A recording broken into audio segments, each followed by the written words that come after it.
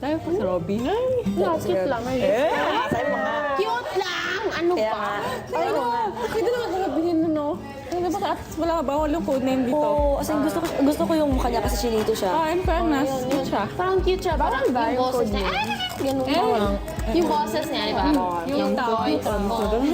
Cute. Maya-maya pumunta ng living room ang crush ng mga girls na si Robbie. Say the truth ko! Go! Hala. Habang nasasala ang marami sa housemates, kinausap naman ni Kuya si Priscilla. Kuya, nandito na po ako. Magandang gabi, Priscilla. Kamusta ang araw mo? Okay naman po. Masaya po. Masaya. Hindi ka ba nahihirapan sa mga kasamahan mo? Hindi po. Hindi naman po ako nahihirapan. Natuto po ako paano makipag-usap sa kanila. Meron po oras na hindi ko po sila maririnig. Tatanungin ko po sila ulit kung ano po yun. Tapos yung pag may sinasabi ka po, pag hindi ko naman po talaga naririnig, sinasabihan ko, tinatanong ko sila na ano sinabi ni Kuya. Yan, tapos pag naungusap kami, nakatingin po talaga ako sa lips nila. At saka maayos po kami na pag-usap. Okay naman po kami. Masaya po. Sa mga kasama mo, Po? sino ang pwede mong turuan na mag-lip read?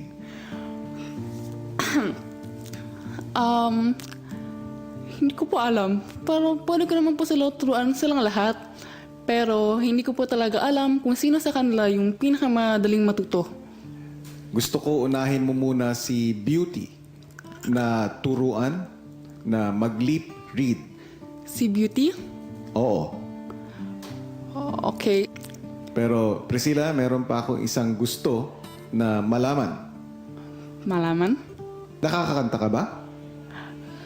Kumakanta ako, pero hindi po maganda boses ko. Kaya nang kanina kanta-kanta lang ako, wala akong magawa. Kanina, narinig ko si Valerie. Si Si Valerie Valerie. na kumakanta. Kumakanta. Oo, ng isang Tagalog song. Oo. Gusto kong magpaturo ka sa kanya. Nung kantang yun. At gusto ko kayong marinig na kumakanta ng sabay. Pagkalabas ng confession room, agad na isinagawa ni Priscilla ang mga pinagagawa ni Kuya. Maski laki sa Germany, paborito ni Valerie ang mga kanta dito sa atin.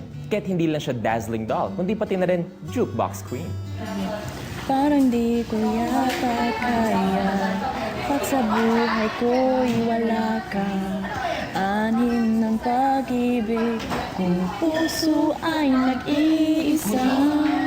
Kahit may disability, nakakarinig ng konti si Priscilla ng tono, kaya't alam niya kung kailan tataas o bababa ang melody. Pero pagdating sa lyrics, kailangan pa rin niya mag-rely sa lip reading. Nakita, bakit ka nakilala? Kung ang puso ko ay iiwan mo lang at sasaktan.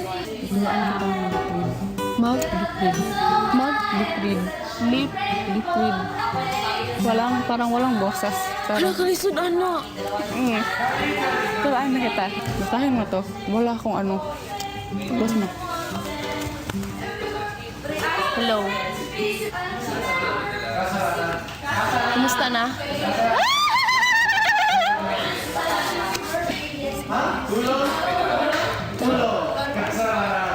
Sinong crush mo?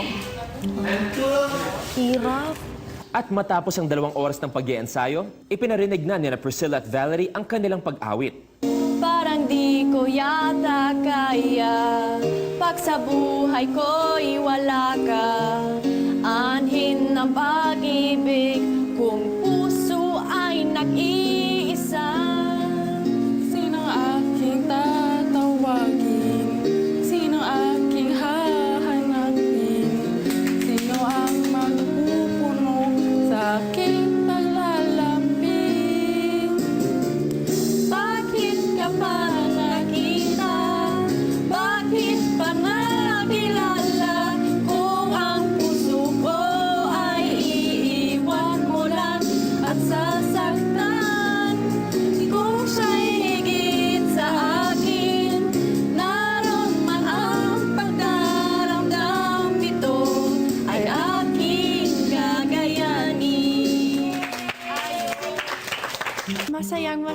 ako dahil gusto kong kumanta. Pero ang isip ko, wala nang boses. Dapat po mahiya ako, pero para sa akin, I'm a diva.